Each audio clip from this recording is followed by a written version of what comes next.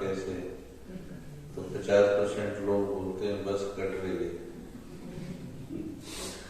और उसे पता लग जाता है कि मन के अंदर कैसा चल रहा है। लेकिन अच्छा, आपसे कोई ज्ञान पूरा सुने ना सुने, लेकिन आपके चेहरे को तो देखते ही।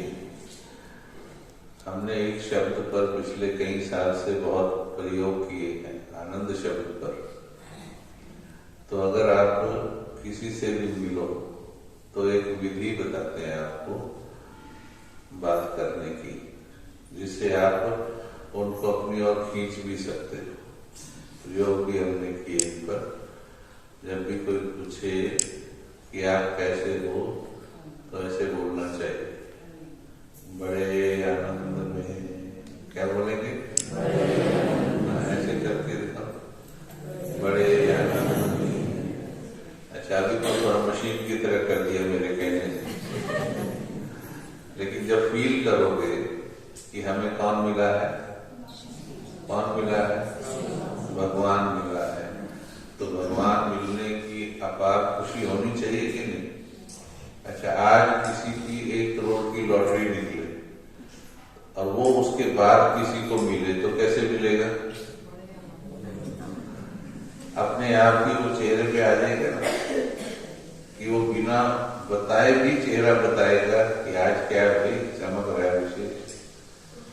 तो यदि हमें ये स्मृति में रहे कि हमें क्या मिला है, कौन मिला है, विषय दिया ना आशा की नई किरण।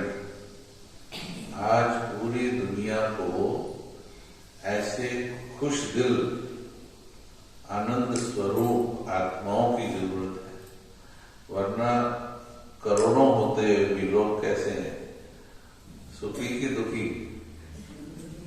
ज्यादातर लोग इस दुनिया से संतुष्ट जाते कि असंतुष्ट जाते? बोलो जोर से। गोरे भी और काले भी, है ना, गांव वाले भी, शहर वाले भी, गरीब भी और धन वाले भी, इंडिया वाले भी, अमेरिका वाले भी। 99% लोग असंतुष्ट जाते हैं, सब कुछ मेहनत करके भी। लेकिन हम भगवान के बच्चे, जिनको स्वयं भगवान ने चुना, उनको नशा होना चाहिए। आज वरदान में सुना ना, स्वमान। दुनिया में अभिमान होता है। भाई कोई एमएलए बन गया, रात के 12 बजे से पहले काउंटिंग पूरी नहीं हुई थी तो वो एमएलए नहीं था, तो खुद को भी नॉर्मल सही समझ रहा था। लेकिन जैसे ही 12 बजे अनाउंस हो गया कि वे फलाना जीत गया, है ना।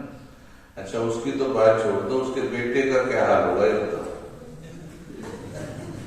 एमएलए तो एमएलए बन ही गया, अगले दिन उसका बेटा जब निकलेगा शहर में तो उसका रूप कैसा होगा, सम्मान कैसा होगा उसका, वो अभिमान वाला सम्मान कि मैं एमएलए का बच्चा हूं। तो ये सम्मान होता है। हम किसके बच्चे हैं? वो अभिमान तो दूसरों को नुकसान करने वाला हो सकता है, लेकिन हमारा सम्मान कभी नुकसान नहीं करता, ये और भी फायदा करता है, क्योंकि इसके अंदर अहंकार नहीं होता है। इसलिए खुद को हमेशा स्वमान में रखना चाहिए। स्वमान मतलब जो भी भगवान ने हमें टाइटल दिए हैं, रोज जो वाणी के अंदर अपने लिए आप भगवान से सुनते हो, उसको पहले समझो, समझ करके उसे स्वीकार करो, और स्वीकार करने के बाद उसे महसूस कीजिए। जैसे नरेंद्र मोदी किसी को फोन कर दे, मैं स्टूल के उदाहरण दे रहा हूं क्योंकि स्टूल को फील करना हमारे लिए आसान है। अभी किसी को अगर नरेंद्र मोदी फोन कर दे कि भाई चिंता मत करना, मैं तुम्हारे साथ हूं, कभी भी 24 घंटे फोन कर लेना, कोई काम पड़े तो। उसके बाद हमारे मन में क्या होगा? खुशी और नशा बढ़ जाएगा, बढ़ेगा ना। अच्छा, अभी मुरली में हम देखते हैं भगवान बाबा हमें कहते हैं कि बच्चे मैं सदा तुम्हारे साथ हूं। सबसे पहले तो बोलता है बच्चे, मीठे बच्चे, मैंने देखा जो आज टॉपिक रखा ना, आशा की नई किरण, तो वर्तमान में क्या है किरण, जैसे वरदान में भी आया रोशनी के बारे में। ज्ञान जो है वो बहुत बड़ी किरण है। ज्ञान के बिना अंधकार है, और जहां ज्ञान है, ज्ञान से प्रकाश दिखाई देता है, मार्ग दिखाई देता है, और ज्ञान ही वास्तव में जीवन को बदलता है। समझ ही बदलती है जीवन को। दुनिया में ज्यादातर लोग असंतुष्ट क्यों जा रहे हैं, उसका भी कारण यही है कि उनके ज्ञान के चक्षु खुले हैं या बंद है? बंद है। जबकि सब कुछ है, कोठी, कार, बंगला, गाड़ी, सब कुछ होने के बाद भी मन संतुष्ट क्यों नहीं है, मन खुश क्यों नहीं है? क्योंकि ज्ञान नहीं है, समझ नहीं है। इसके लिए हम आपको आज दो चार अच्छी बातें बहुत बताते हैं, बहुत सीक्रेट की बातें, सीक्रेट्स ऑफ हैप्पीनेस, कि खुशी कहाँ से आती है। अच्छा, आप में से भी खुशी कभी गायब होती है? थोड़ा ऐसे होता है ना, बल्ब कभी थोड़ा कम ज्यादा होता है, जो कहते होती है कभी कभी। वैसे तो खुश रहते हैं, चेहरे भी बता रहे हैं कि ज्यादातर खुश रहते हैं, लेकिन फिर भी कभी कभी ऐसे डिम हो जाता है, हाथ उठा हो जाता है, कभी कभी ऊपर नीचे हो जाती है, हो जाती है। अच्छा, उसका कारण आपको बताते हैं। क्योंकि जो ज्ञान है उसकी सही रूप से सही अध्ययन ना होने के कारण। दो प्रश्न मैं आपसे पूछता हूं, खुशी अंदर से आती है या बाहर से आती है? हाँ, जोर से बोलो, सारे बोल रहे, एक दो बोल नहीं रहा। अंदर से आती है कि बाहर से आती है? अंदर से आती है। ढूंढते समझे क्यों सारी दुनिया संतुष्ट जाती है? आपने उत्तर ठीक दिया, 3 बार बुलवाया मैंने कि खुशी अंदर से आती है। जब तक आप खुशी को अंदर ढूंढोगे, यानी अपने स्वरूप में, मैं आत्मा आनंद स्वरूप हूं, मैं आत्मा खुश नसीब हूं, अपने अंदर ढूंढोगे जब आप खुश रहोगे। जैसे ही आप इसको बाहर ढूंढने लगोगे, इसने मुझे ऐसा क्यों कहा, इसने मेरे बारे में ये शब्द क्यों कह दिए, ये मेरे से खुश रहे तो मैं खुश रहूं, जब ये बाहर ढूंढने लगेंगे तो क्या होगा, अंदर की खुशी जो है वो कम हो जाएगी। तो ये बहुत सूक्ष्म बात है, इसको सिर्फ ज्ञान की समझ की बात नहीं, समझ के बाद इसको धारणा में लाना है। जब भी आपकी खुशी गायब होती है तो आप समझना आपका मन कहीं बाहर की तरफ चला गया है। वास्तविक खजाना कहाँ है? अंदर है। इसका मैं आपको उदाहरण देता हूँ। एक 5 या 6 महीने का बच्चा जो होता है वो खुश होता है ना, इतना खुश होता है कि उसको देख के पूरा जग खुश होता है। छोटा सा बच्चा इतना खुश होता है। वो बच्चा कंडीशनली खुश होता है या अनकंडीशनली खुश होता है ना? सोच के खुश होता है कि बिना सोचे खुश होता है? और अब बड़े होने के बाद सोच के, और कभी कभी तो सोच के भी नहीं खुश हो सकते हैं। कभी कभी तो सोच रहे हैं कि खुश हूं पर कुछ हुआ नहीं जा रहा।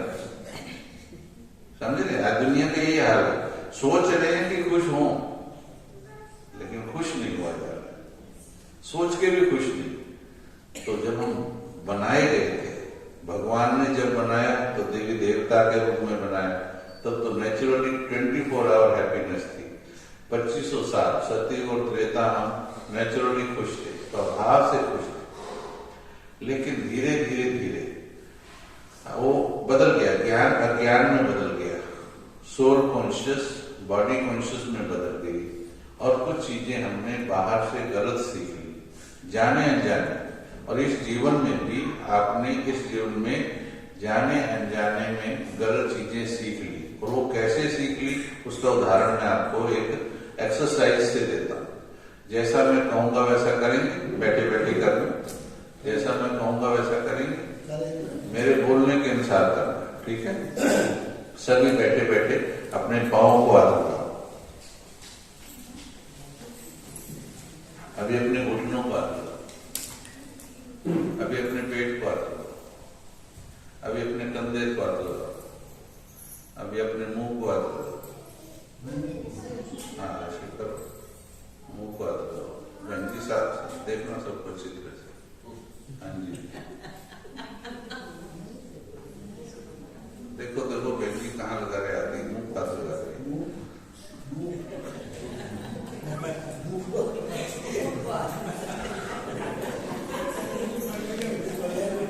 अच्छा अभी मैं नहीं करता तो मुंह को हाथ लगाओ सारे।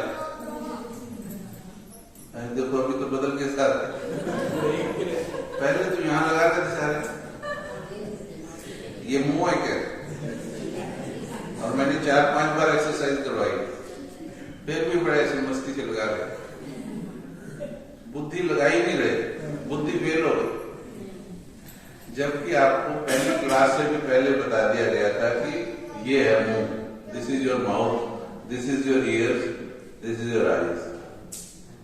क्या हुआ? क्या हुआ?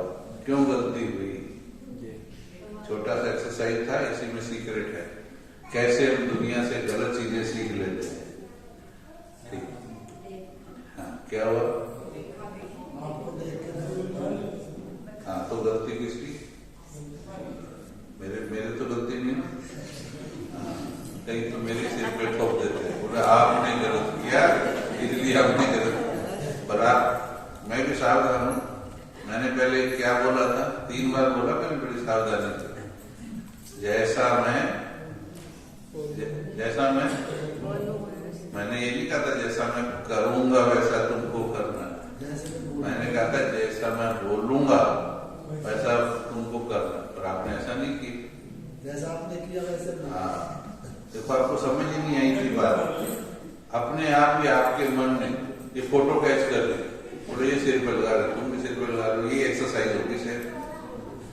इसी तरह से जो आपके चारों तरफ ज्ञान और अज्ञान बिखरा पड़ा है, आपका सबकॉन्शियस माइंड उसे पकड़ लेता है, ना तो आपको बताता ना आपसे पूछता।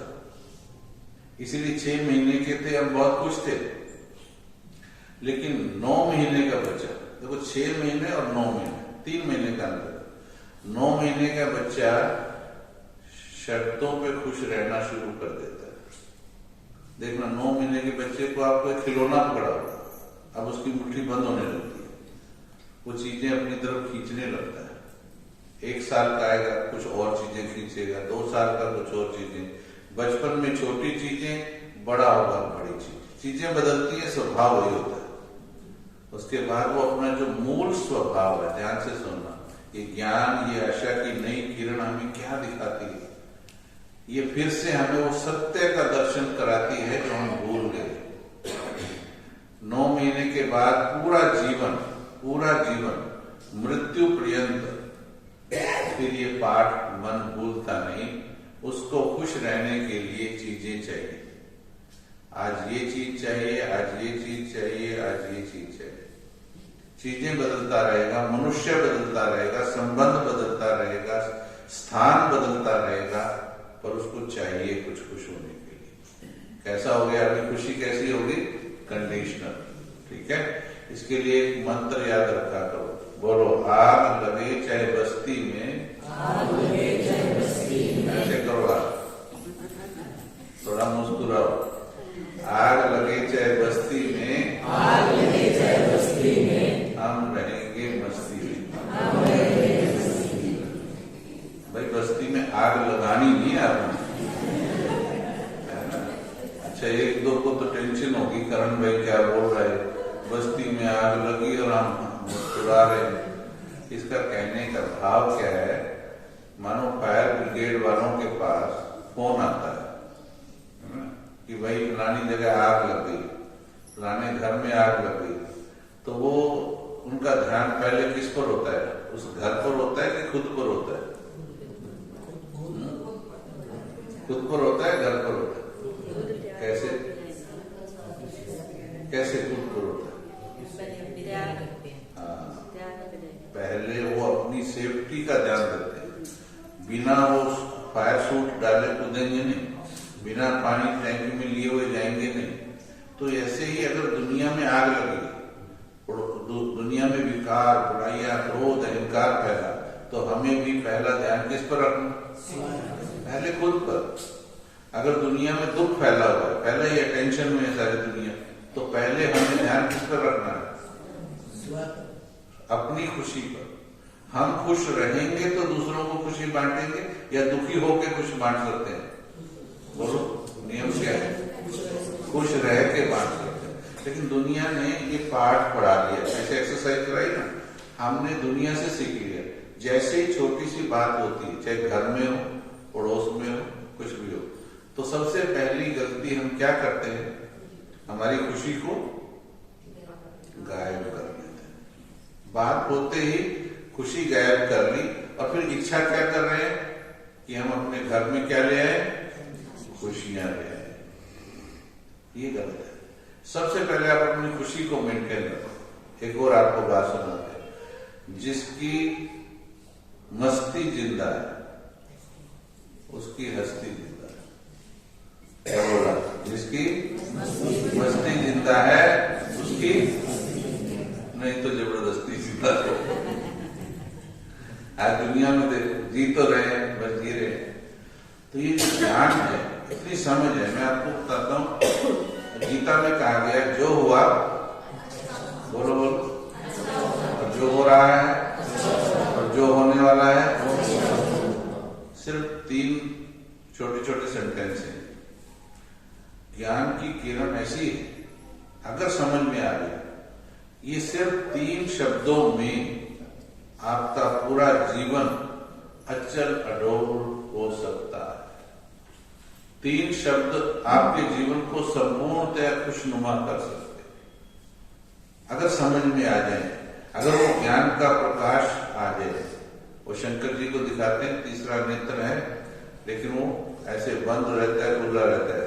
लेकिन जब पूरा खुलता है तो क्या होता है? विनाश होता है। अज्ञान का विनाश तब होता है जब ज्ञान का नेत्र पूरा खुलता है। अब ये तो आपने भी उत्तर दे दिया, जो हुआ अच्छा, जो हो रहा है ये पढ़ा तो हुआ है, सुना हुआ है, परंतु क्या इस पर निश्चय है? क्या इस पर निश्चय है? बोलने में तो निश्चय भी है कि सुना है कि गीता में श्री कृष्ण ने उसको सुनाया, अर्जुन को सुनाया। जिनको क्लियर हो गया तो उनको पता है। शिव बाबा ने सुनाया मुरली में कि ड्रामा का हर सीन कल्याणकारी है। और खासकर जिनके ज्ञान के नेत्र खुल जाते हैं, ब्राह्मण बच्चों के लिए एक भी सीन अकल्याणकारी नहीं होता, भले देखने में वो अकल्याणकारी है। मैं आपको ये बता रहा हूं कि ज्ञान कितनी पावरफुल चीज है। सिर्फ ये 3 चीजें, जो हुआ, अच्छा हुआ, अगर इस पर किसी को निश्चय हो कि जो कुछ भी हुआ, सीधे होकर बैठो, थोड़ा इसको रियलाइज भी कर, जो कुछ भी हुआ आज तक, आज क्या डेट है? 15 नवंबर 2022। जो कुछ भी हुआ, अभी आपने बोला कि जो हुआ 15 नवंबर 2022 तक, जो कुछ भी हुआ उसमें अच्छा भी हुआ, देखने में बुरा भी हुआ, पर जो कुछ भी हुआ कैसा हुआ? अच्छा, बैठ जाओ, इस फीलिंग में बैठ जाओ, फील करो इसको। जब सब कुछ अच्छा हुआ तो क्या कोई दोषी हुआ? जब सब कुछ अच्छा हुआ, क्या मुझे किसी से शिकायत रहनी चाहिए? क्योंकि बुरा तो भले किसी ने बुरा किया था, ऐसा लग रहा था मेरे को, पर अब ज्ञान का चक्षु जैसे ही खुलता है, ज्ञान कहता है जो हुआ अच्छा हुआ। तो जब अच्छा हुआ तो मुझे किसी से शिकायत होनी चाहिए? मुझे किसी पर क्रोध आना चाहिए? कल किसी ने मेरे को ऐसा बोल दिया था, पर ज्ञान क्या कहता है? जो हुआ, उसने गाली दी थी मेरे को, मेरे को अच्छी भी नहीं लगी थी, क्योंकि मेरा ज्ञान का नेत्र बंद था, ज्ञान की किरण नहीं आ रही थी। अब हम चिंतन कर रहे हैं सत्य ज्ञान को, कि परमात्मा ने कहा जो हुआ, तो 15 नवंबर 2022 तक जो कुछ भी हुआ, क्या सभी को क्षमा नहीं कर देना चाहिए? क्योंकि बुरा हुआ ही नहीं। जब बुरा हुआ ही नहीं तो सबको, मैं बता रहा हूं इस ज्ञान में कितनी पावर है। ये सिर्फ 3 ज्ञान तो समंदर है, पर इन 3 बातों में ही आपका जीवन स्थिर हो जाएगा। बैठ जाओ 1 मिनट, जो हुआ अच्छा, स्थिर होके इसको अंदर ले लो, पी के देखो। डोज थोड़ा पावरफुल है, किसी ने सिखाई नहीं होगी आज तक ऐसे। उल्टे पाठ सिखाए होंगे, उल्टे पाठ पढ़ाए होंगे, पड़ोसियों ने आके बोला होगा भगवान ने तेरे साथ अच्छा नहीं किया। वो भगवान से भी पावरफुल है आपके पड़ोसी, कि भगवान को भी बोल सकते हो भगवान अच्छा नहीं करता है। गलत पाठ पढ़ाते हैं। जो हुआ अच्छा हुआ, फील करके देखो, और देखो मन को क्या फील होता है। जो हुआ अच्छा हुआ।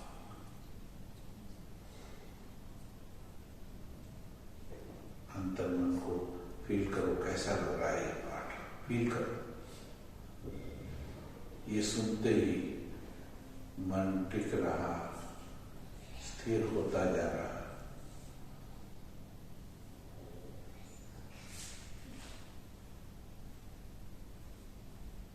मन के अंदर क्षमा की शक्ति बढ़ रही, सहन शक्ति बढ़ रही, पास्ट की सारी हलचल समाप्त हो रही। जो हुआ अच्छा, कोई दोषी नहीं है, सबके प्रति क्षमा भाव आ गया।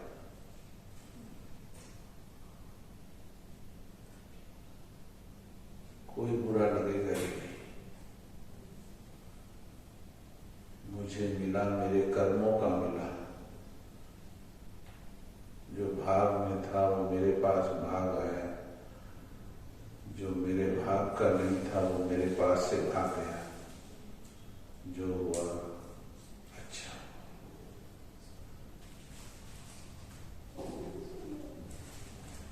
चलिए वापिस आ जाओ।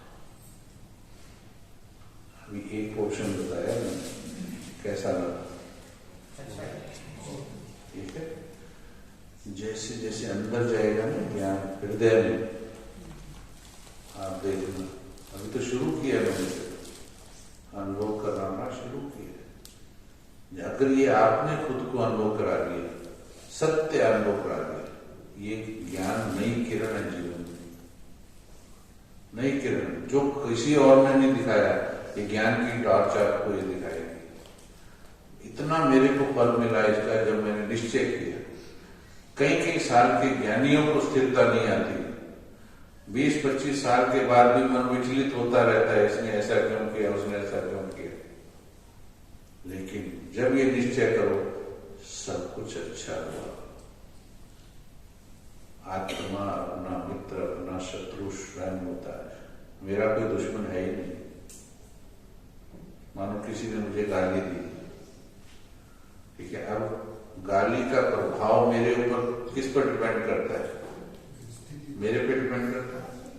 उस गाली के बदले में अगर मैंने ये संकल्प उठाया ये गलत कर रहा है, मुझे गाली दे रहा है, मुझे आक्रोश आ रहा है, गुस्सा आ रहा है, तो गलत हो जाए। अगर मैं कहूं ये क्रोध के अधीन है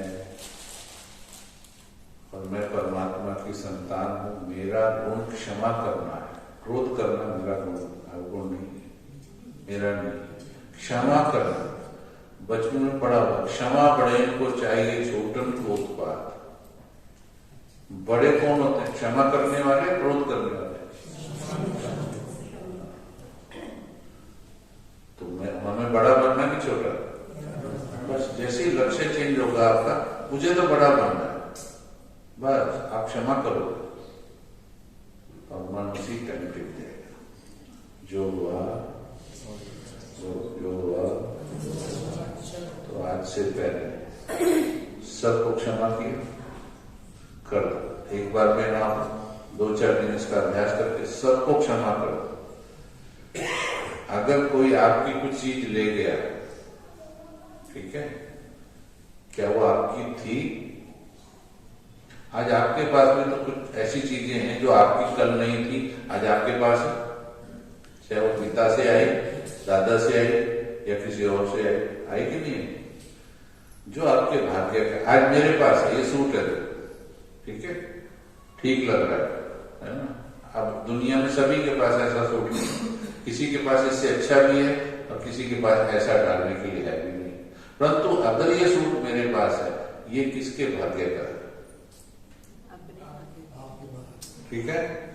अगर मेरे परिवार में कोई ऐसा सदस्य है जो मेरे को मेरे विरोध में है, भले मेरे कर्म अच्छे हों, फिर भी थोड़ा विरोध है, असंतुष्ट है। एक असंतुष्टता होती मेरे कर्मों से कि मैंने गलत कर्म किया, असंतुष्ट है तो मेरी गलती है। लेकिन मानो मेरी गलती भी नहीं, मैं ब्रह्मा कुमारी आश्रम में आता हूं, ज्ञान सुनता हूं, मैं अपनी ज्योति जगाता हूं, इससे अगर मेरे लौकिक भाई को परेशानी है, वो इससे असंतुष्ट होता है, तो इसमें गलती किसकी है? लेकिन अब वो भाई मेरे को अगर उल्टा बोलता है, उदाहरण दे रहा हूं मैं वैसे, अगर वो मेरे को उल्टा बोलता है तो ये किसके कर्मों के कारण मिल रहा है? तो आपके पास आज जो भी सुख साधन है, घर कोठी बंगला गाड़ी, किसके कारण है?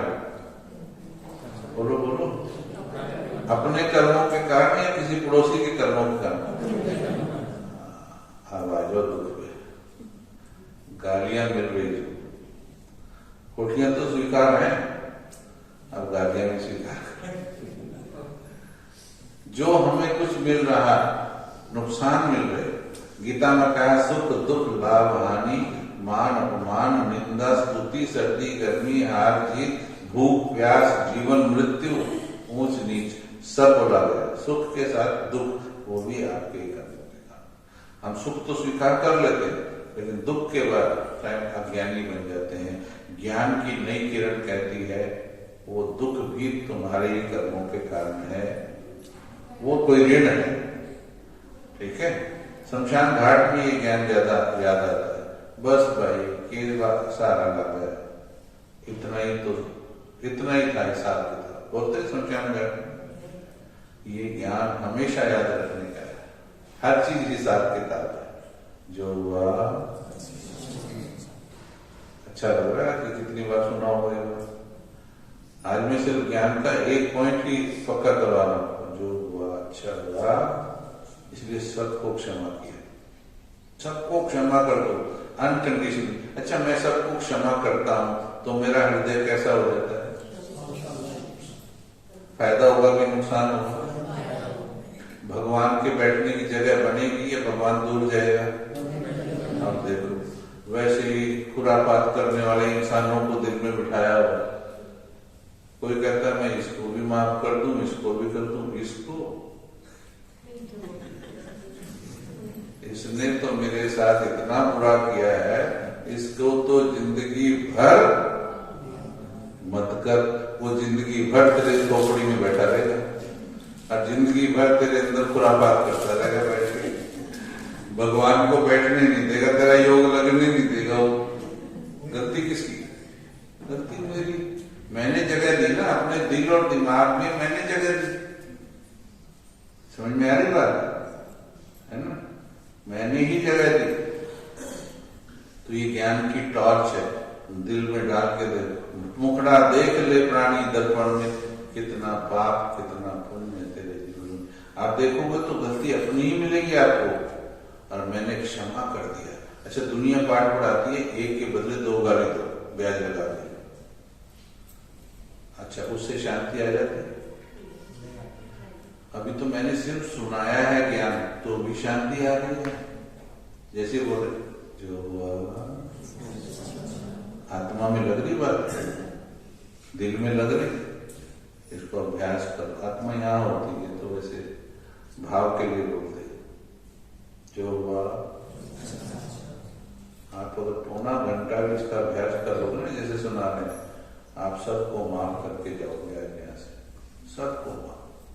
दोषी है ही नहीं, मेरा किसी ने नुकसान किया ही नहीं, मुझे जो भी मिला है मेरे भाग्य का मिला है, और मेरे से जो गया है वो मेरा था ही नहीं।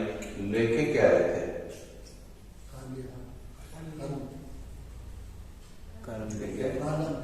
अच्छा, अभी हम बोलते हैं तन मन धन सब तेरा, तेरा तुझको अर्पण क्या लागे मेरा। अच्छा, भगवान को जब हम बोलते हैं ना तो भगवान थोड़ा कंफ्यूज हो जाता है, उसको दो आवाज सुनाई देती है। हम कहते हैं तन मन धन सब तेरा, और ऊपर से बोल रहे हैं तेरा तुझको देते दिल धड़के मेरा। पर एक मतलब एक्चुअल में मन बोल रहा है तेरा तुझको देते दिल धड़के मेरा, है ना। अच्छा, जो आपने गाड़ी खरीदी, जिनके पास गाड़ी, वैसे पूछेंगे गाड़ी किसकी है?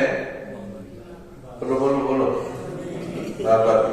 अब मानो गाड़ी का कांच टूट गया किसी कारण से, दुख किसको होता है? बाबा को, आपको? एक गड़बड़ है वहां, वो मेरी है ना।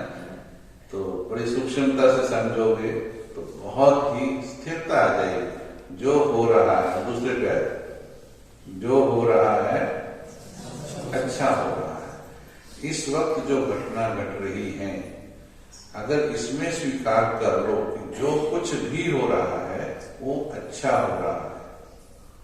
देखिए, अगर आप इस वक्त कोई आपको गलत कर रहा है, आज आपके जीवन में कई लोग होंगे ऐसे जो थोड़ा सा आपसे असंतुष्ट हैं, आपके थोड़ा विरोध में है, कुछ आपके लिए कड़वा बोल देते हैं, होंगे, हर एक के जीवन में दो चार ऐसे होते ही है। लेकिन अगर आप ये सोचते हो कि जो हो रहा है अच्छा हो रहा है, अगर मुझे कोई कुछ दे रहा है तो वो मेरा ही कोई ऋण वापस मेरे से ले रहा है, ठीक है।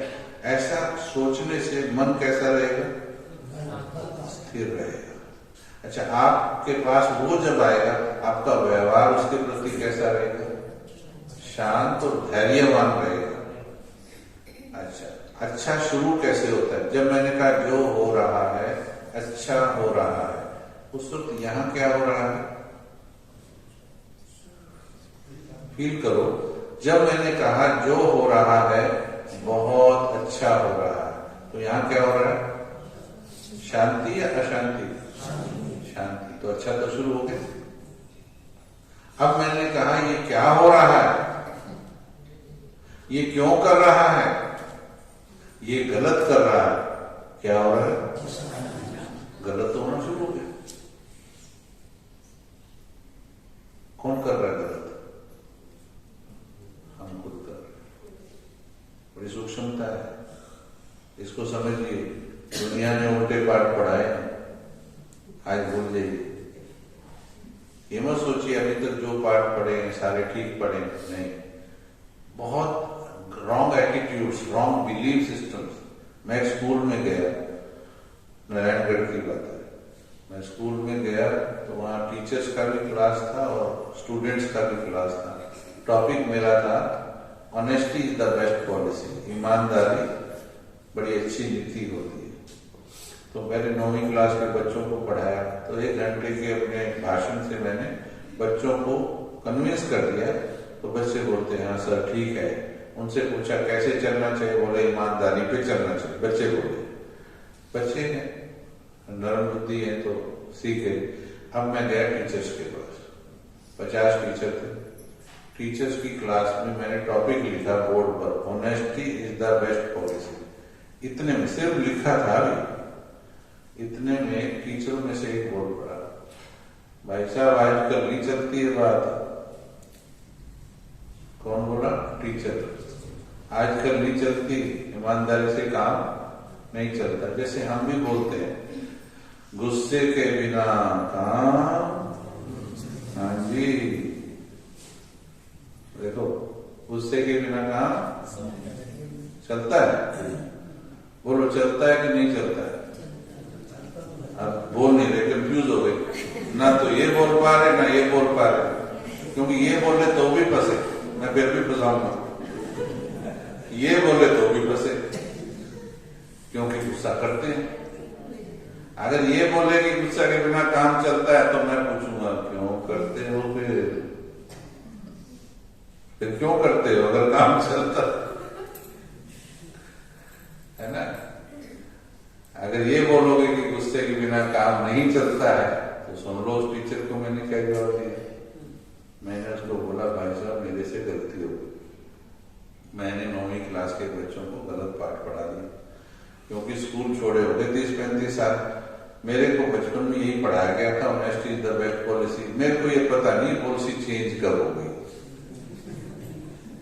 अभी लेटेस्ट चेंज हुई होगी तो मेरे को पता नहीं।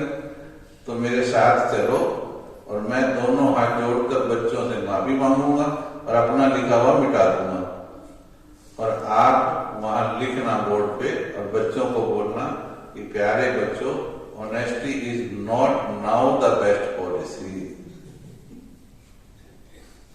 समझे। और टीचर बोला ना ना ना, उनको तो वही पढ़ाना है।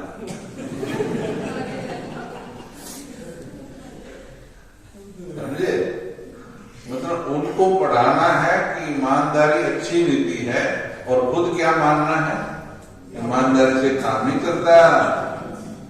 घरों में यही करते हैं, बच्चों को पढ़ाएंगे बेटा शांत रहना चाहिए, और थप्पड़ मारेंगे गुस्से से, और फिर बोलेंगे गुस्से के बिना तो बच्चे सीधे ही नहीं होते। ये सभी के साथ है, क्रोध के बिना मानते ही नहीं। परसों बोला एक ने कि मैं बात जब ये कर रहा है ना, सबको अपने अपने याद आ जाती है बातें कि भाई मैं ट्रेन में गया, मेरा रिजर्वेशन था, मेरी सीट पे कोई और बैठा था, मैंने उसको कहा मेरी सीट है, तो वो उठा नहीं, और जैसे ही मैंने गुस्सा किया और वो दुम दबा के भाग लिया। तो देखो गुस्से की जरूरत पड़ती है। अब उसने ये सिद्ध किया कि गुस्सा जरूरी है, ठीक है। तो मैंने ये कहा कि पहले तो ये बताओ कि सीट तो ले ली आपने, चलो कोई बात, आपने रिजर्व कराई थी, आप ही का अधिकार था, परंतु एक सीट के लिए आज गुस्सा किया, कोई चीज के लिए दूसरा बार गुस्सा करो, दिन में 5-10 बार करोगे तो इससे खराब क्या किया आपने, संस्कार कैसा बनाया, बना ना। छोटी छोटी बातों में गुस्सा करने से संस्कार क्या किया, खराब किया। अच्छा, खराब संस्कार वाले, क्रोध के संस्कार वाले लक्ष्मी नारायण बने,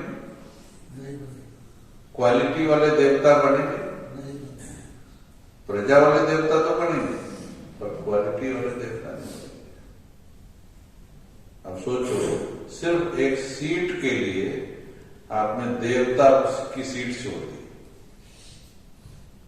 अब बोला फिर समाधान क्या है? मैंने बोला कि समाधान भी आपके पास है। वहीं एक बच्ची ने जवाब दिया, बोले मैं टीटी के पास जाऊंगी, बजाय गुस्सा करने के लिए। भाई आपकी सीट है तो उसका जिम्मेवार कौन है, आपको दिलाने की जिम्मेवार कौन है? आप गुस्सा करने, भले नहीं उठाओ आपके कहने से, गुस्सा करने की बजाय आप सही जगह पर जाओ, समाधान है। क्या जब आप टीटी को बोलोगे, क्या टीटी को अथॉरिटी नहीं है? मानो टीटी की बात नहीं मानता है तो टीटी के पास कौन है साथ में? पुलिस वाला है। आपकी तो टेंशन नहीं, आपको गुस्सा करने की जरूरत नहीं थी ना। फिर आई बात, मुझे इतना सोचा मेरी सीट है, मैंने रिजर्व कराई है, मैं संभालू। मैं यही तो भगवान के साथ करते, जिम्मेवार कौन है, हम या भगवान? तन मन धन सब तेरा। तो जब भी बातें आती हैं तो उसको सौंपना चाहिए। कहानी सुनाता हूँ मैं आपको, बड़ी अच्छी विश्वास की कहानी। एक बार एक व्यक्ति ऊपर से पहाड़ों से आ रहा था, जीप चला रहा था, अंधेरी रात, ध्यान से सुनना, सीन ठीक से बनाना। अंधेरी रात, ठंड की रात, बर्फ पड़ रही थी, एक्सीडेंट हो गया और जीप कहीं और गिर गई, वो भी कहीं गिर रहा था। गिरते गिरते गिरते अंधेरे में पता नहीं कहां गिर रहा है, अचानक उसके हाथ में एक टहनी आ गई। वो टहनी पकड़ के लटक गया, थोड़ी सी सांस में सांस आई। अच्छा, अब जैसे ही सांस में सांस आई तो कौन याद आया होगा? बेटा आया होगा यार, घरवाली याद आई होगी। ऐसे टाइम के लिए तो भगवान रखा हो।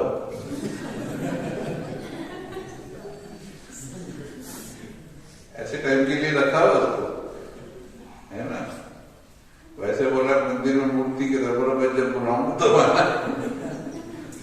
तो वो भाई लटक गया। अब बोलता है अच्छा भगवान भी एक नहीं, अब उसको डाउट हो गया कौन से वाले को बोलो, कि अल्लाह काम करेगा कि खुदा करेगा कि भगवान करेगा या हनुमान करेगा।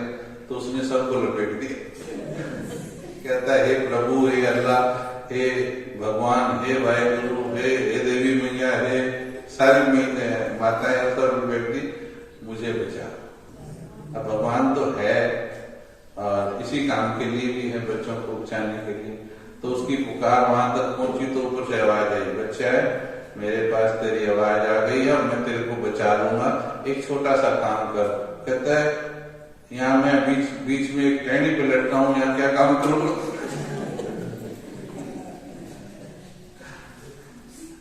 बोले जो मैं बोलता हूँ वो कर। बोले बताओ। बोला ये जो टहनी तूने पकड़ी है छोड़ दे। बोले क्या?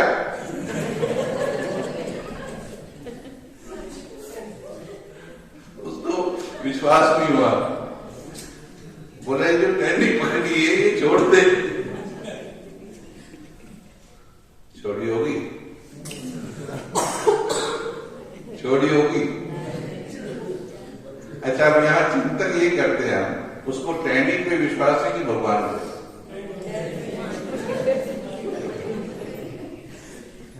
उसको टहनी पे विश्वास है भगवान पे? अगर टहनी पे विश्वास तो भगवान को क्यों बुला रहा? अगर टहनी पे विश्वास तो भगवान को क्यों बुला रहा? और अगर भगवान पे विश्वास तो फिर टहनी क्यों छोड़ रहा? दोनों ही बातों पे विश्वास, ना तो टहनी पे विश्वास ना भगवान पे विश्वास। अच्छा उसने और क्या किया? अभी उसने जैसा हम भी करते हैं सारे ऐसे, अभी उसने क्या किया, थोड़ा सा ये अपने मुंडी का एंटीना घुमाया। पहले इधर बुला रहा था, इधर किया हे प्रभु, बात वही हे प्रभु, हे अल्लाह, हे भगवान मुझे बचा। भगवान भी खाली बैठा, वो भी इधर आ गया, कहता मैं भगवान ही बोल रहा, हेलो हेलो। बोला मैं भगवान ही बोल रहा हूं। और अब उसने गारंटी भी ऐड की, उसमें 100% गारंटी है मैं तुझे बचा लूंगा, टहनी छोड़ दे। सारी रात दोनों में बहस होती थी, बर्फ पड़ रही थी, जम के बर्फ हो गया, मर गया, टहनी छोटी। सवेरे लोगों ने देखा कि एक बंदा लटका हुआ, बर्फ बन गया, बिल्कुल मर गया, और उसके पैर जमीन से केवल 1 फुट ऊपर थे।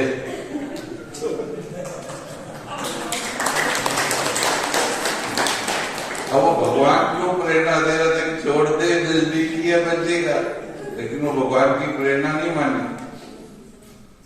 तो ये तो हो गया बिलीफ सिस्टम।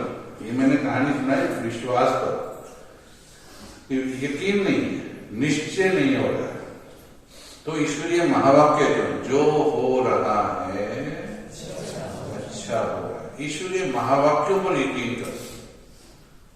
और ये भी बोला बाबा ने, भले कुछ दिखने में अकल्याणकारी हो रहा है, मानो कोई गाली दे रहा है या कुछ नुकसान हो रहा है, भले वो हो रहा है, परंतु तुम शांत रहो, धैर्यवान रहो, खुश रहो, खुशी गायब नहीं करनी, स्थिरता गायब नहीं करनी दो अपनी। ठीक है, फिर देखो पूरा जीवन में भले योगियों को, ज्ञानियों को कहीं ना कहीं अपमान ज्यादा सहन करना पड़ता है।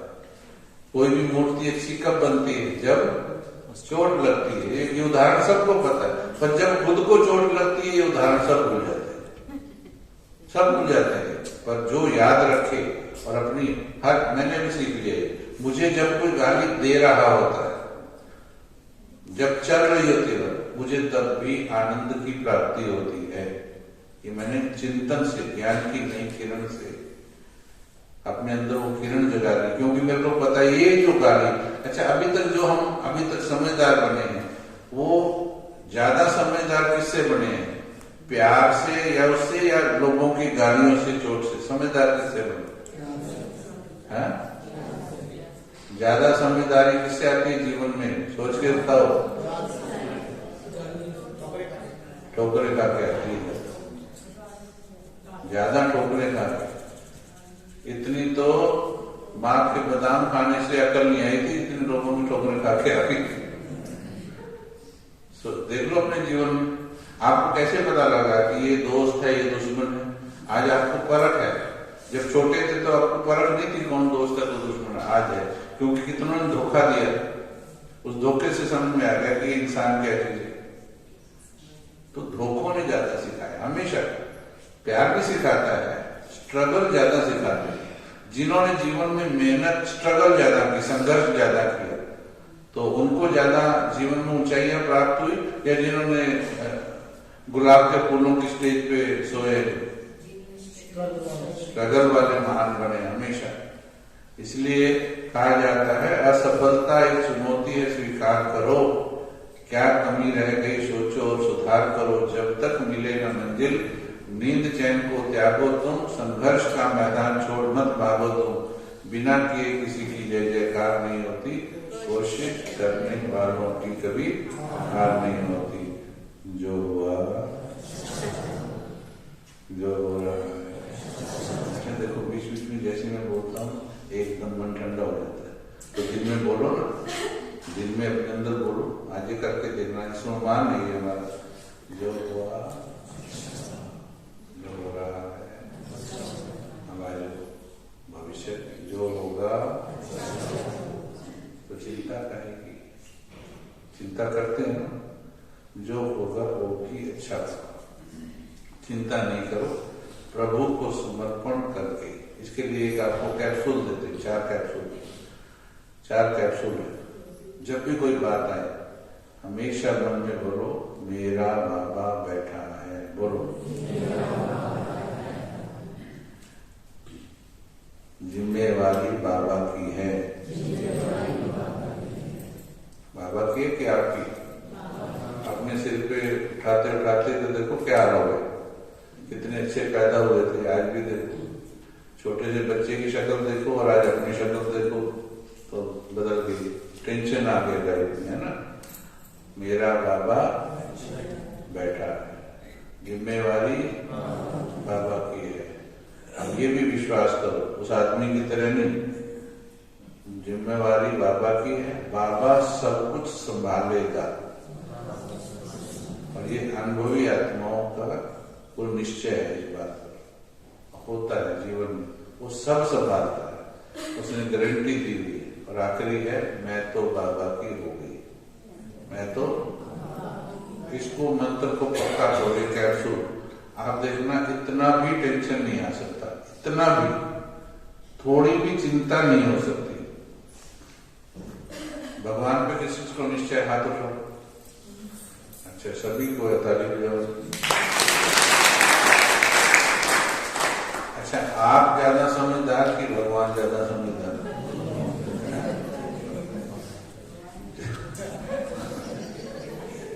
नहीं, अभी मैं बता देता हूँ, आप ज्यादा भगवान। एक तो मैंने आपके पड़ोसी के बारे में बताया, जब कोई बात हो जाती है ना तो पड़ोसी आके यही बोलते हैं, पंजाबी में ही बोलते हैं, भैन जी रब ने चंगा नहीं किया तेरे नाल। इसका क्लियर मतलब है कि आपकी वो पड़ोसन जो है वो भगवान में करेक्शन कर रही है कि भगवान ने ठीक नहीं किया तेरे साथ, तो समझदार कौन हुआ? वो तो आपकी पड़ोसन। अभी आप कैसे समझदार हो भी बता देते, भगवान से ज्यादा समझदार हो, ठीक है? नहीं? अच्छा, भगवान अच्छी तरह से संभालेगा या हम अच्छी तरह संभालेंगे? फिर हमको चिंता होनी चाहिए। कोई बात होती है तो भगवान ने कहा दिमाग नहीं चलाओ, ज्यादा नहीं सोचो, है ना। हम क्या करते हैं? चलाते कि नहीं चलाते? ज्यादा सोचते कि नहीं सोचते? और उस सोच से हमारे अंदर टेंशन पैदा होती कि नहीं होती? तो समझदार कौन हुआ ज्यादा? हम कहते हैं, मतलब भगवान ने कहा बच्चे टेंशन नहीं लो, मैं बैठा हूं। अच्छा, कईयों ने तो फोटो लगा ली, वो बच्चे चिंता मत करो मैं बैठा हूं, है ना। फोटो दीदी से मंगा ली, नीति दीदी मधुबन जा रहे, वो वाले फोटो लाना जिसमें लिखा है बच्चे चिंता मत करो मैं बैठा हूं, घर में चेप लियो फोटो।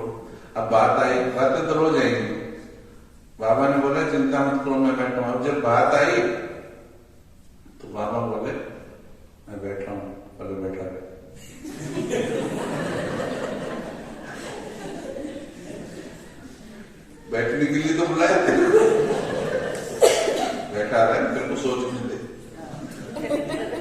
ये बात संभाल लूं, कोई मिलूंगी तेरे से।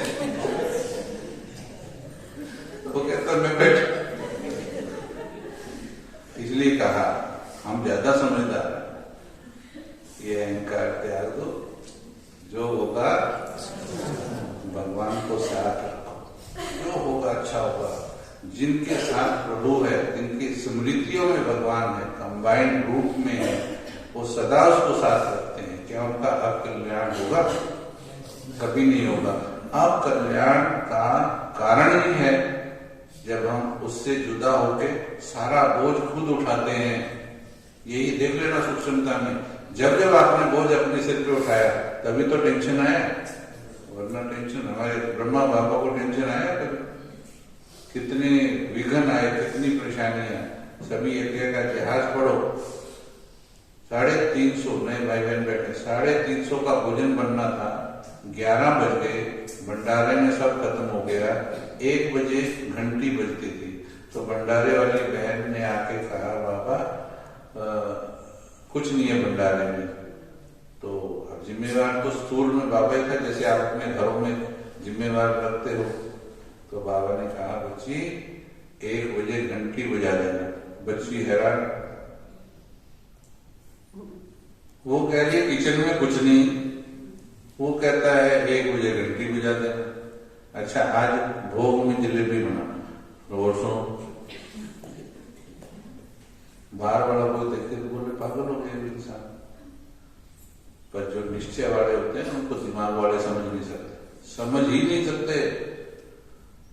11 बजे की बात है, 350 की बारात घर में, पूरा 350 भाई बहन थे। ब्रह्मा कुमारी जब शुरू हुई लेकर पाकिस्तान से जब इंडिया में आए, 350 11 बजे और 1 बजे आपके घर में अगर डिब्बे में आटा नहीं और 11 बज गए और सिर्फ 3-4 लोगों का खाना बनना है, टेंशन हो जाएगी नहीं हो जाएगी?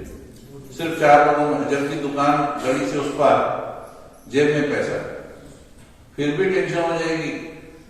निश्चय वाले उस आत्मा को टेंशन नहीं हुई, क्योंकि निश्चय था। उसने कहा ये बच्चे मेरे नहीं है, उसके ये बच्चे। निश्चय में अटल। मैंने बहुत सीखा इस बात से जीवन में। जब जब बातें आई तो मैंने ये घटना याद की कि एक इंसान ही तो था, भगवान के समान तो बाद में बना। एक इंसान जब ऐसी परिस्थिति में अचल अडोल रह सकता है और ये भी बोलता है मांगने भी नहीं जाऊंगा, और ये बैठो जलेबी बनाते ऐसे बैठते थे बाबा, राजा संस्कार थे। और बोला 1 बजे घंटी बजा देना, क्योंकि भोग तो पहले बाबा को लगेगा ना। और यही हुआ। जब ऐसा निश्चय होता है तब होते हैं चमत्कार। और जिन्होंने भी, बाबा के बच्चों ने भी, जिन्होंने निश्चय किया है, थोड़ा बहुत हम सभी के जीवन में है सुनाने के लिए, परंतु वो तो प्रकाष्ठा थी निश्चय। चमत्कार हुआ। देने वाले 11 से 1 के बीच में देने वाले भी आए, खुद आए, मांगने नहीं गए, खुद साक्षात्कार हुआ, उसने काम करवाया, खुद आए और आकर के भोग लगा भगवान। निश्चय बढ़ा जीवन के अंदर, और फिर देखो जीवन में कमाल हो गए। तो ये ज्ञान बहुत बड़ी किरण है, सबसे बड़ी किरण कहेंगे हम तो, जो रोशनी दिखाएंगी। अभी कैसी लगी बातें? अगर ये तीनों ही समझ में आ जाए, जिंदगी कैसी हो जाएगी? व्यर्थ मुक्त, संपूर्ण संतुष्ट, क्रोध मुक्त, बहुत आनंद युक्त हो जाएगी। ठीक है, 100 गुना बढ़ जाती है खूबसूरती मुस्कुराने से। मुस्कुराओ, मुश्किल हो गया मुस्कुराना। 100 गुना बढ़ जाती है खूबसूरती मुस्कुराने से, फिर भी लोग बात नहीं आते मुंह फुलाने से। खुशियों से क्यों समझौता किया जाए? खुशियों से क्यों समझौता किया जाए? क्यों घुट घुट के जिया जाए? कैसे रहना चाहिए? खुश रहना चाहिए, मुस्कुरा के रहना या मुंह फुला के रहना? मुस्कुरा के रहना। ठीक है, खुशियों से क्यों समझौता किया जाए, क्यों घुट घुट के जिया जाए? जलेबी की तरह उलझ गई है जिंदगी। बाप को बेटा नहीं समझ में आ रहा, बेटे को बाप नहीं समझ में आ रहा।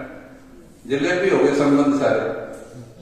जिस घरवाली के साथ शादी की थी ना जिसके हाथ और वो लाइनें खींची थी, सदा तेरा साथ दूंगी, 5 दिन में जलेबी हो गई, समझ नहीं आया। फिर कईयों को तो लगता है रॉन्ग चॉइस थी आइटम की तरह कि ये फ्रिज गलत ले लिया, दूसरी को बिली कर आजकल शादियों के बाद में ये होता है, बाद में लगता है कि ये रॉन्ग चॉइस ले ली मैंने। पहले वाले बुजुर्ग जो थे, पुरानी माताएं भी बैठी हैं, कभी माताओं के मन में आया कि इस बूढ़े से तलाक ले लूं? संकल्प भी नहीं आया पुरानी माताओं को, डंडे भी खाए, गालियां भी खाए, पर कभी ये नहीं आया कि तलाक ले लूं। आजकल तो 2-4 महीने में पता लग जाता है, लगता है गलत चॉइस ले ली, और बदल भी लेते हैं, 6 महीने में तो तलाक हो जाता है।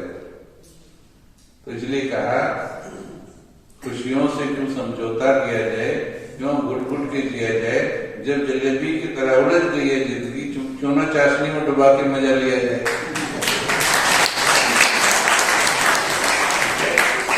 तो ये बहुत वंडरफुल ज्ञान है, हमने 33 साल पहले लिया, 20 वर्ष की आयु में, 20 साल एयरफोर्स में जॉब किया और अभी मधुबन में है। इतना वंडरफुल ज्ञान है, जीवन ही बदल दिया। इसलिए कहते हैं आग लगे चाहे बस्ती में, हम रहेंगे मस्ती में है। अभी भी खुशियों के लिए ये नहीं सोचो, खुशियां इस कलयुग में भी परम आनंद की अनुभूति की जा सकती है। अच्छी तरह से समझो इस ज्ञान को बस। थैंक यू नीति दीदी जी का भी बहुत बहुत धन्यवाद। ओम शांति। करण भाई जी का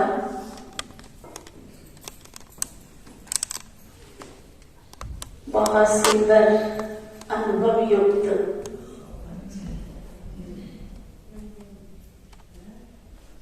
सुंदर मोतियों के समान जीवन में प्रकाश भरने वाले मोती जैसे शब्द हम सबके बीच में रखे,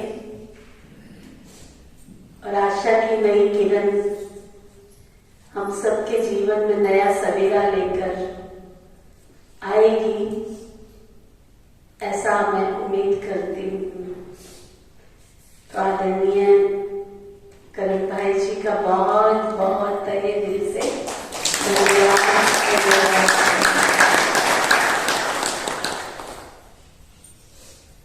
जैसा कि हम देख रहे हैं करण भाई जी को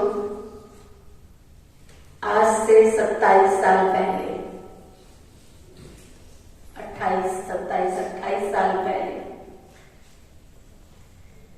अम्बाला में हमारा आना हुआ और करण भाई से मुलाकात हुई। उस समय करण भाई जी को मात्र 5 वर्ष ज्ञान में चलते हुए थे, और इनके जीवन का जो अभ्यास हमने देखा एक राजयोगी जीवन का अपनी आंखों से, जब मेरी मुलाकात इनके साथ हुई तो मैं समझती हूँ कि आपकी आयु 23, 24 या 25 वर्ष के बीच की होगी, बस 23-24 वर्ष की होगी। और तब से लेके अब तक मुझे याद आता है एक पल जो मैं हमेशा शेयर करती हूँ कि आप एयरफोर्स में सर्विस करते थे, तो सर्विस के दौरान जब छुट्टी लेकर आते थे तो हम समझते थे कि कुछ उपयोग किया जाए सेवा में करण भाई जी को भी। तो ऐसे एक फंक्शन था,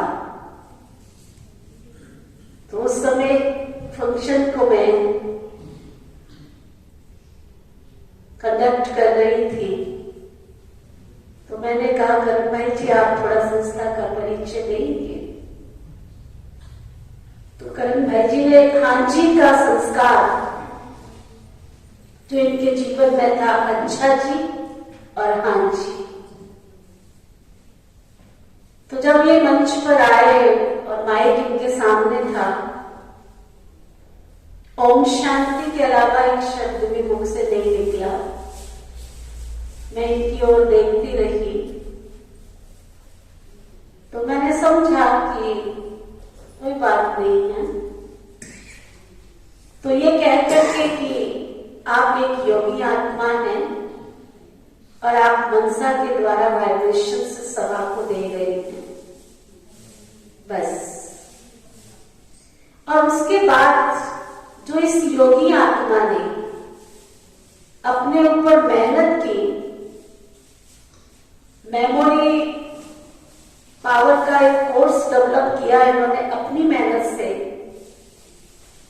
बच्चों को किस तरह से अपने कोर्स को लर्न करना है, मेमोरी पावर को कैसे बढ़ा सकते हैं, वहां से इन्होंने अपने जीवन में लेक्चर की शुरुआत किया और बहुत सफल रहे। और फिर तो इनके जीवन में आशा की किरणें ऐसे फैलती चली गई कि इन्होंने अपने योगी जीवन से जहां जहां भी कदम रखा, क्योंकि एयरफोर्स की जो नौकरी होती है उसमें ट्रांसफर्स भी होते रहते हैं और बाबा के बच्चे बन चुके थे, ज्ञान जीवन के अंदर चला गया था, तो धारणाओं में बिल्कुल नंबर 1 थे। जैसा आपको बताया, आज्ञाकारी, ईमानदार, वफादार, ये गुण इनको ईश्वर की देन थी इनके पास में। और बाबा से सच्चा रूहानी प्यार, उस प्यार ने इनको योगी बनाया और योगी बनने से जहां जहां भी इनके कदम गए वहां वहां चले थे अकेले और कारवां बनता गया। इनको देख करके याद आता है कि स्वामी विवेकानंद जी ने एक बार कहा था बड़ी सभा के बीच में कि अगर मुझे मेरे जैसे 100 युवा मिल जाएं तो मैं भारत का नक्शा बदल सकता हूं। लेकिन दुर्भाग्य था हमारी भारत की भूमि पर के उस समय उनको उनके जैसे 100 युवा नहीं मिल पाए। लेकिन मुझे गौरव है कि हमारे करण भाई जी के पास 200 युवा भाई बहन, लगभग पूरी टीम इन्होंने अपनी तैयार की युवा भाई बहनों की, और उसके आधार पर फिर इन्होंने बहुत सारे सेंटर्स खोलने के निमित्त बने। बहुत सारे बाबा के कई बच्चे परिवार सहित ऐसे तैयार किए जिन्होंने तन मन धन से सेवा केंद्र भी खोला और सेवा केंद्र पर सब कुछ समर्पण भी किया। और उसके बाद एक नई क्रिएशन इन्होंने आध्यात्मिक चरित्र निर्माण, युवा निर्माण के लिए फेयर तैयार किया, एग्जीबिशन तैयार की अपने बेस पर, और भारत के अनेक स्थानों पर उसके द्वारा सेवा हुई। मुझे भी शाबाश के लिए कहते रहे, लेकिन मेरे पास उस समय इतना यहाँ पर सहयोग नहीं दिख रहा था, तो मैंने कहा आने वाले समय में देखेंगे। और उस मेले को करते करते इनको माउंट आबू से निमंत्रण मिला। बहुत सुंदर मेला था, उससे निमंत्रण मिला और उस निमंत्रण के आधार पर वहां उन्होंने ये मेला किया।